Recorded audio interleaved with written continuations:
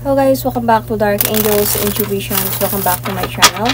Welcome back sa mga palaging nagkabang ng mga readings ko. Thank you so much sa mga nagko-comment, nagla-like, nag-share, and waiting for my reading. Thank you. Welcome back. And welcome to my new subscribers. Welcome to my channel. Thank you for subscribing me. And sa mga hindi pa nakakapag-subscribe, if you think you like what I am doing here, please don't forget to subscribe my channel and tap that notification bell. So this is another general love reading, love reading for the collectives. So let's see kaninong story to, sino maka-resonate dito. Hindi lahat maka-resonate sa reading na to. So takes what resonates and leave the rest. This could be a vice versa. And this is a timeless reading. Kung kailan nyo ito mapanood, if naka-resonate kayo, then this might be for you. So, let's start.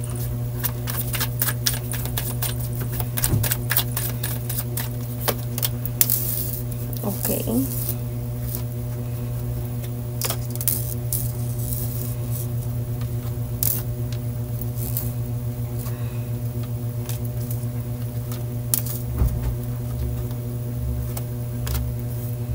You and this person, I think, nasa point ng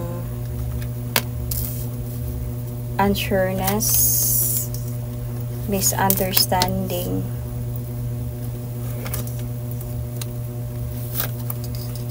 Oh, okay.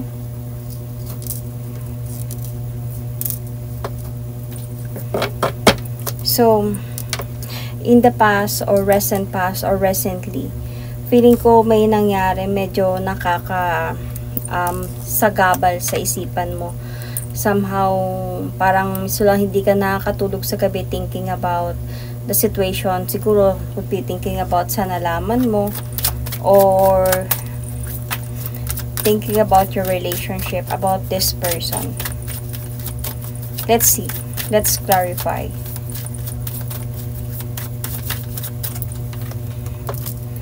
Napapa-challenge kasi sitwasyon. Okay. So, parang nagiging brave ka lang recently na okay lang yung relationship ninyo, na wala lang problema, and parang kinakaya mo lang yung sitwasyon. But then, parang para sa'yo, nahihirapan ka na. Minsan di ka na nakakatulog sa thinking about this relationship na meron kayo. Parang imbalance connection. Feeling ko kasi itong person mo is nagsinungaling siya sa'yo in a way na parang ginawa ka niyang tanga sa mga maraming bagay. And especially sa totoong pagkatao niya. And I can see here na lately parang meron na sigurong mga tao na parang nagdi-judge na relationship ninyo. May mga nagsasabi na wag ka dito, ito siya, may ganyan yan, may ganito yan. So, parang gumugulo na to sa isipan mo. Nako-confuse ka na. Pero parang sa point ka pa lang na you are being brave, na siguro sinasabi mo sa kanila na wala naman ganyan, hindi yan, wala na sila, or anything like that. Pero sumasagabal to sa isipan mo. Kumbaga, ang pinapakita mo lang talaga dito is like, you and this person are still very much okay. So, walang nangyayaring problema sa inyo. Pero, para sa'yo, parang nahihirapan. Kumbaga, nag-overthink ka na. So, at this present situation, dito na nga still may confusion pa din na nangyayari dito. Even at this present situation.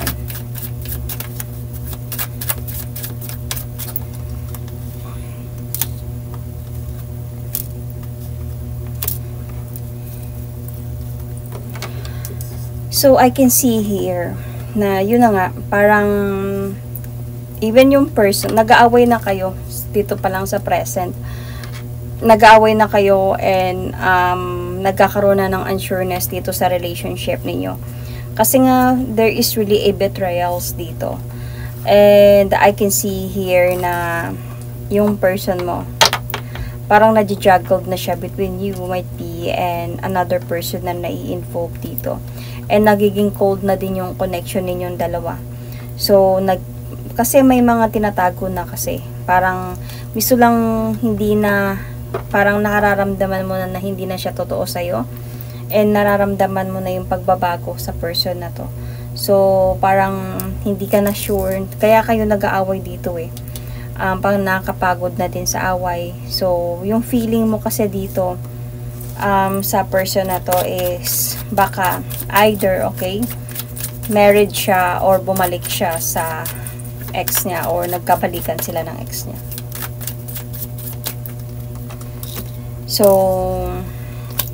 kasi kahit pa sabihin natin na ginagawa mo yung best mo na hindi mag-react sa mga sinasabi ng ibang tao. Kasi feeling ko may mga nakapagsabi na siguro may nakakilala sa boyfriend mo, sa person mo, baka may nakakilala sa kanya, tapos parang sila pa naman ng ano niya, ng asawa niya, nakita ko or something na nakita ko yung post niya or anything na sabi ni ganito, ganyan. So, nananatili kang brave na siguro sinasabi mo sa kanila, hindi totoo yan, wala na sila, ganon, ganon. Pero, tumatatak yung sa isipan mo. At ito yung nararamdaman mo ngayon, nasasaktan ka. So, nasasaktan ka sa mga nangyayari. Focus ka masyado dito kasi, and yun yung nararamdaman mo, baka option ka lang sa relationship na to, or baka naririnig mo sa kanila na sinasabi, may girlfriend man yan, matagal na sila, or mga ganyan. So, nakakaramdam ka dito, o baka married siya, baka engaged siya, baka meron nga talaga siyang someone, pero hindi yun yung pinapakita mo sa iba. Okay? Pero nakakaramdam ka dito na pang dahan-dahan na kayo nawawasak. And unfair also. Nakakaramdam ka na parang it's so unfair na itong person na to sa'yo.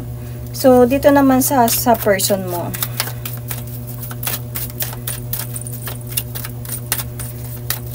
Siya naman din, focus siya sa kanyang, I think, stability, responsibility sa buhay. Feeling ko ang issue talaga dito is, meron siyang family. Itong person na to. And, sa totoo lang, ito yung responsibility niya. Parang, ito yung priority niya. Focus siya sa trabaho niya because alam niyang meron siya sigurong responsibility in life. And, nagkakaroon na din sa kanya ngayon, feeling niya, okay? Nagkakaroon na ng clarity sa'yo about na meron nga siyang ganito. So, yun yung nararamdaman niya about sa'yo na alam mo na yung katotohanan. Or alam mo na nalalaman mo na siguro na meron siya. Siguro on your part, kulang lang pa siguro talaga yung evidence, kaya hindi mo pa hindi mo pa na paprangka sa kanya, okay? Hindi mo pa nako-confront sa kanya. Pero siya mismo gusto niya na to sabihin sa'yo. Yun yung feeling niya ngayon eh. Gusto niya nang sabihin to sa'yo. Gusto niya nang magpakatotoo sa'yo. Kasi gusto ka naman niya. Gusto ka ng person na to. Even though alam niya siguro isang araw na aalis siya, pero gusto niyang kumbaga malaman mo, may past person kasi siya, so gusto niya siguro malaman mo na naging totoo din siya sa'yo, kumbaga ginusto niya din yung relationship, hindi yung basta laro lang. Kaya napapansin niya na din yun, alam niya na, ramdam niya na alam mo na, kumbaga may nalalaman ka na. So ano yung positive sa connection na to is, of course, for your person to tell the truth. Kung ano ba talaga yung katotohanan dito about sa kanya. Kailangan niyang kausapin ka talaga. Dahil feeling ko, itong person na to, nangako siya sa'yo ng future together or goals together, victory in life, and then alam niya naman maghiwalay din kayong dalawa. Kasi nga, might be may anak siya, or may asawa siya, may pamilya siya, something. May responsibility siya sa buhay niya. Alam niya yon, so kailangan niya dito lang talaga na maging matatag na sabihin sa'yo yung totoo. Kasi feeling ko, ayaw niya mag-away kayong dalawa kasi mahal ka niya. Minahal ka niya, nakulog siya sa'yo, mahal ka niya. Ayaw niya yung nagkakagulo kayong dalawa. And sa totoo lang, naiipit siya sa sitwasyon. Because this person do really like you. Very attracted on you. And ayaw niya. Alam niya naman isang araw, alam niya talaga to na isang araw aalis din siya. Maka-cut off din tong connection ninyo. Pero parang, para sa kanya hindi pa ako ready. Gusto ko pa tong relasyon na to. So, kailangan niya talaga dito na para maging positive tong connection na to. Kailangan niya maging klaro sa'yo kung ano ba talaga. And depende sa'yo kung tatanggapin mo to or hindi. So, ano naman yung negative dito sa connection na to? Ito nga, meron nga siyang asawa or kinakasama or yeah, because this could be family talaga. Mahirap to basta girlfriend lang. Meron nga siyang someone else and they are still together. Ito naging negative dito.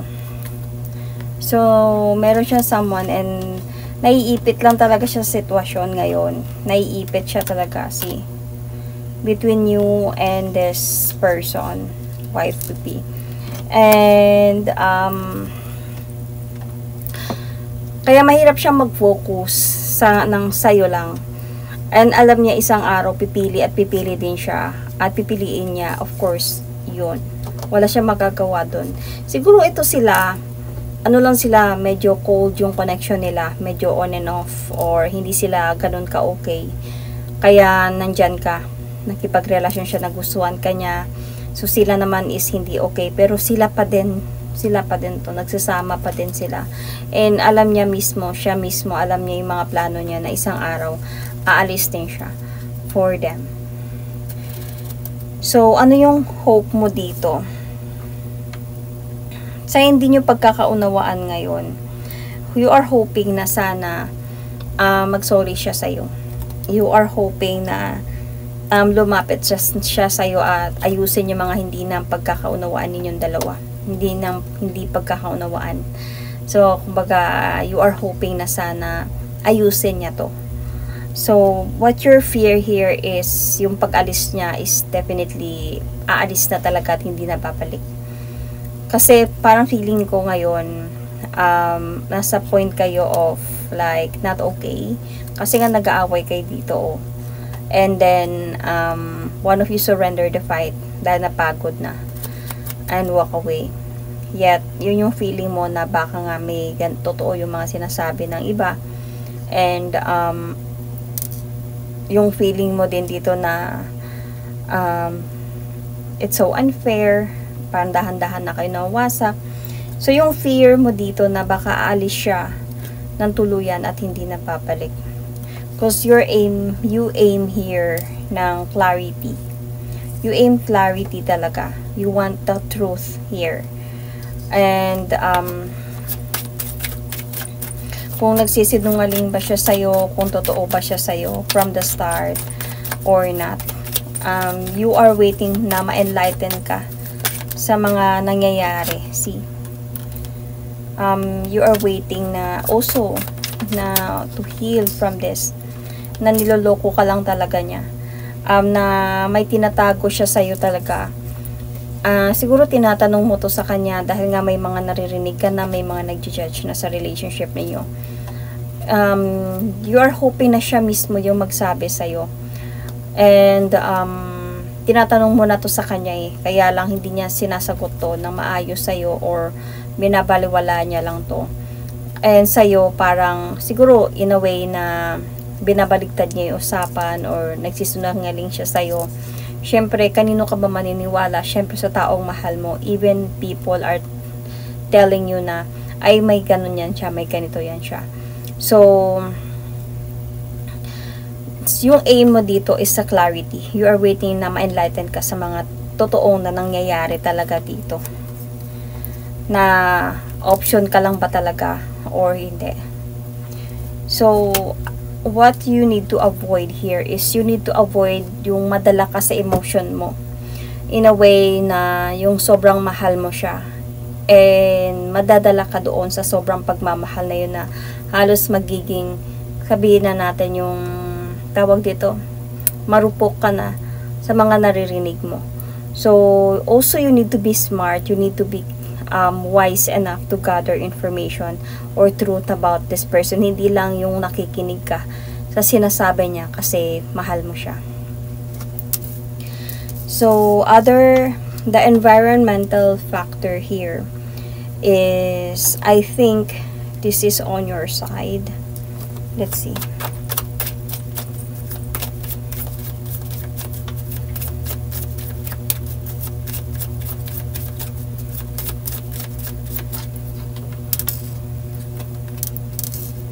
Ito na nga. Nasasaktan ka na sa mga nangyayari talaga.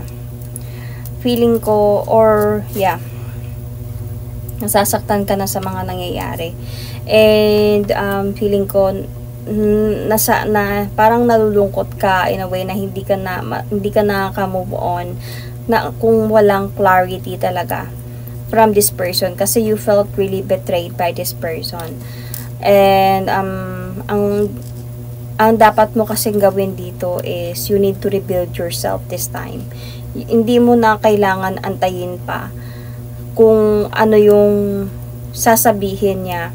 Hindi mo na kailangan antayin pa kung ano yung isasagot niya sa mga tanong mo. Habang kahit pa wala pa siyang sinasabi, kahit pa hindi kayo nag-uusap ngayon, kailangan mo nang umpisahan na mag-move forward. Kasi habang nag-aantay ka, nasasaktan ka, habang nag-aantay ka, lalo kang nasasaktan. So, parang habang umaasa ka, habang naghihintay ka, lalo kang umaasa at lalo kang nasasaktan. So, kailangan mo na umpisahan mo na sa ngayon pa lang na gumalaw ka na to heal from this connection. Kasi itong person na to, kasi you're really waiting na this person will talk to you again na to continue your relationship and na tuparin niya yung mga pangako niya sa'yo or mga plano niya para sa inyo. But then, itong person na to kasi hindi niya alam anong desisyon niya dito. Parang gusto niyang bumalik sa'yo or gusto niyang ayusin tong sa inyo. Yet, in a way na napapalingon siya sa dito nga sa family niya. Or sa kinakasama niya or sa asawa niya. Sa family niya. So, somehow, minsan din, gusto niya nang ayusin tong sa kanila, napapalingon pa din siya sa'yo. So, wala pa siyang total decision dito kung sino talaga yung pipiliin niya. But obviously, dito sa reading, ang pipiliin niya talaga dito is sila. So, siguro, hindi ko naman nararamdaman dito yung totally na no communication sa inyo. Feeling ko meron kayong communication in a way cold na. Minsan na lang siya nagme-message, tapos nawawala na naman, tapos kung tumatawag na naman, nawawala na naman. This could be an LDR relationship. Kung hindi man to LDR, minsan dinadalaw ka niya, tapos hindi na naman, you know. So, pero feeling ko LDR ito eh.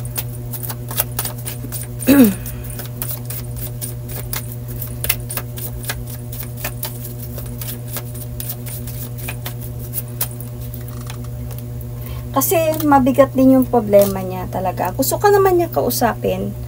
Gusto ka niyang like i-clear sa'yo lahat ng to. Or gusto ka niyang kausapin. Gusto ka niyang puntahan ba kung napupuntahan ka niya. Kaya lang pinipigilan nga siya nito. This could be asawa niya. So, nahihirapan siya. Kasi feeling ko, ini-stalk ka ng person na to at saka binabantayan kayo nitong person, ditong other person na to. Binabantayan siya sa mga galaw niya. Pero alam mo, ini-stalk ka niya. Kasi sa totoo lang, gusto ka naman talaga niya. Syempre, nahihirapan lang siya. Kasi nga, meron ngang ito. Hindi nga sila hiwalay nito. Hindi sila hiwalay, pero hindi sila ganun ka-okay din. Parang cold na din sila. Pero siguro kaya nangyari to kasi nga nagkaroon natin ng clarity. And yun na nga yung feelings niya ngayon is parang alam niya na parang ramdam mo na alam mo na meron siyang ganito. Kasi sa'yo, ano lang, haka-haka, rinig-rinig mo lang sa iba, or baka may nakapagsabi lang, or baka nag-message to mismo itong some of you, okay? Some of you baka nag-message mismo yung babae sa inyo. Sino lang, kaya lang sa sobrang pagmamahal mo sa person na to, gusto mo ng clarity talaga from your person na siya mismo yung magsasabi sa'yo. Di ba may mga ganon naman, no? Gusto ko lang talaga malaman na galing sa kanya mismo, siya mismo yung magsasabi sa akin na meron nga talaga siyang ganyan. So, what action that you need to take here? I think you need to stop overthink the situation. Magpahinga ka. You need to have some peace of mind. Kasi medyo nga na sobrang kakaisip mo kung ano talaga yung katotohanan dahil sa syempre hindi ka nakikinig sa kung ano lang sinasabi ng iba. Makikinig ka kung siya mismo yung nagsasabi sa'yo. Doon ka pa maniniwala. Kasi siya, sa totoo lang, gusto niya naman sabihin sa'yo na to. Kaya lang parang huli na ang lahat. So, kasi yun na nga, namimiss mo talaga siya, and nag-aantay ka pa din talaga na puntahan ka niya or balikan ka niya. And to pa rin yung mga pangako niya sa'yo. Kaya lang, yun nga yung person na to, madami din siyang kasinungalingan sa'yo. Madami siyang mga bagay na hindi sinasabi sa'yo, o mga bagay na kala mo totoo pero hindi pala. And alam talaga ng person na to, alam niya na isang araw, he will going to cut off the connection or the relationship, the cycle na meron kayong dalawa, to have a changes in his life. And alam niyang desidido niyang gawin yun. Pero hindi nga siya ready. Siguro during that time na kayo pa, hindi lang pa talaga siya ready doon. Kasi okay pa naman kayo.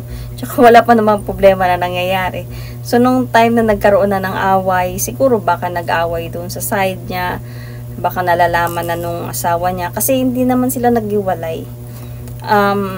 Kaya doon na siya, kagulo na siya, huli na para sabihin niya sa iyo yung totoo. So ikaw naman, ang action na kailangan mong i-take dito is you need to stop overthink. Action speaks louder than words.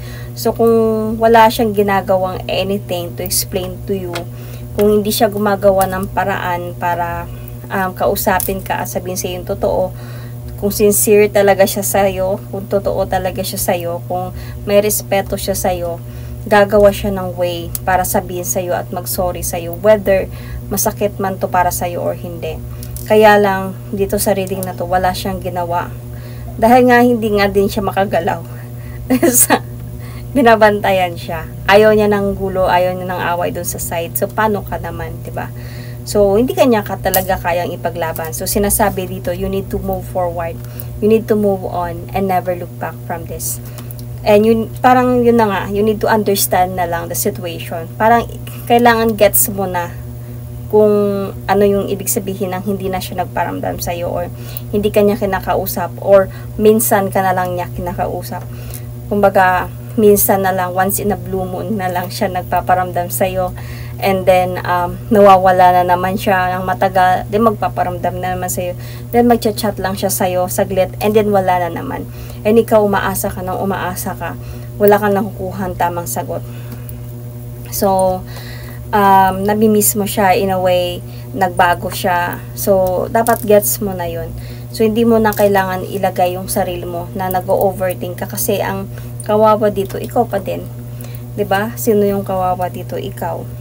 Ikaw yung sasakit ang ulo, ikaw yung may stress sa ginagawa ng person na to. So, you need to cut off this na din. And to move forward towards the changes of your life. Kasi mapapagod ka lang talaga kung iintayin mo tong person na to.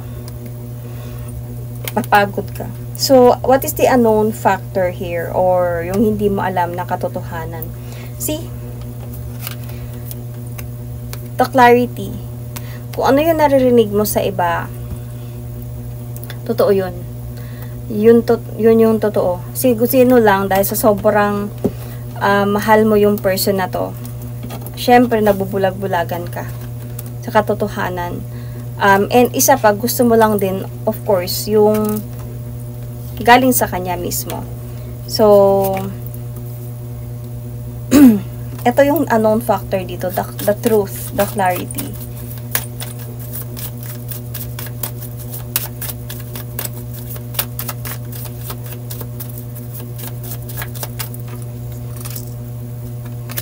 that itong person na to, yun na nga, okay naman talaga sila. Hindi sila hiwalay kung ano man yung kwento niya sa'yo. Hindi sila hiwalay ng person na to, na asawa niya ba, and okay sila, hindi sila sabihin na nagsama na lang kami para sa bata or whatever it is, ano man yung reason niya. So you really became an option sa relationship na to. Hindi niya alam kung sino yung, kumbaga, naging isa ka sa option niya pagdating sa relationship. And this is the clarity talaga. Nangako lang talaga siya sa'yo nang hindi niya man even alam kung kaya niya bang tuparin yun or hindi. And dumating talaga din sa point na naipit siya sa sitwasyon. O nagkaroon talaga siya ng feelings sa'yo. Hindi kanya pinaglaruan. In a way na niloko kanya. Pero iba naman yung meaning ng pinaglaruan. Meaning wala talaga yung feelings. Dahil pinaglaruan ka lang. Parang alam niya na parang pinaglaruan ka lang talaga. Parang trip-trip niya lang. Pero ito kasi hindi. Nagkaroon siya ng feelings sa'yo. Ang problema lang kasi, hindi nga siya iwalay. Hindi lang sila naging okay. Cold lang yung connection nila. Pero sila pa din. Nagsasama pa din sila. So, yun yung totoo dito. Nagsinungaling din talaga siya sa'yo. Isa pa dito kasi naging sobrang attracted din siya sa'yo. And also na might be gusto niya din na may mangyari sa inyo. Baka kung hindi man to LDR, kung LDR man to, it still could be. Okay, na siguro gusto niya ma-meet ka at may mangyari sa inyo. Kung hindi man to LDR, gusto niya lang talaga na, may mangyari sa inyo. And though may feelings din naman talaga siya sa'yo, pero hindi ka lang talaga niya kaya ipaglaban. So, ano yung outcome dito kasi ng relationship niyo is you na makapag-move on ka din from this. One day in the near future, you will be parang have that confident na to have your freedom na din.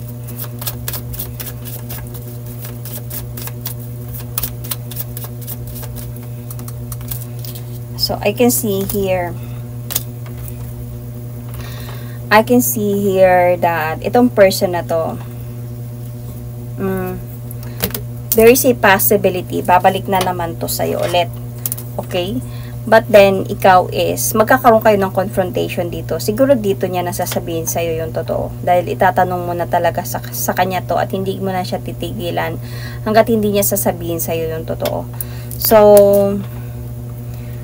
may end yung cycle ninyo dito. If it is makikipagbalikan pa siya sa'yo, you will not accept this person anymore. Even if sabihin natin na sa relationship ninyo ngayon tumagal kayo, or however, kahit papano medyo umabot kayo ng at least ilang buwan or 1 year ba, pero desidido ka naman na kasi na to heal from this connection, na to move forward kasi nagsinungaling na kasi talaga siya sa'yo, and mawala na yung tiwala mo, and during that time na pagbalik niya, okay ka na, nawala siya, parang tanggap mo na yung katotohanan dito. Siguro at least kahit paano makukuha mo yung justice na gusto mong malaman yung totoo, kasi feeling ko masasabi niya naman talaga sa'yo dito yung totoo. Siguro ano man yung mga excuses niya, hindi ka na madadala dito kasi alam mo na yung totoo, hindi ka na inosente, and also you gathered information din talaga. So yun, I can see signs here. Signs, I forgot the sign. Sagittarius, I can see Leo, Cancer, Scorpio, Pisces, Aries, I can see Libra, Taurus, Aquarius, Capricorn, and Libra, Cancer,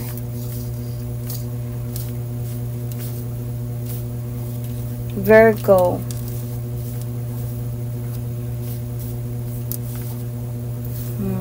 Leo, nasabi ko na. Yon, Sun, Moon, Rising, Venus. Thank you and God bless.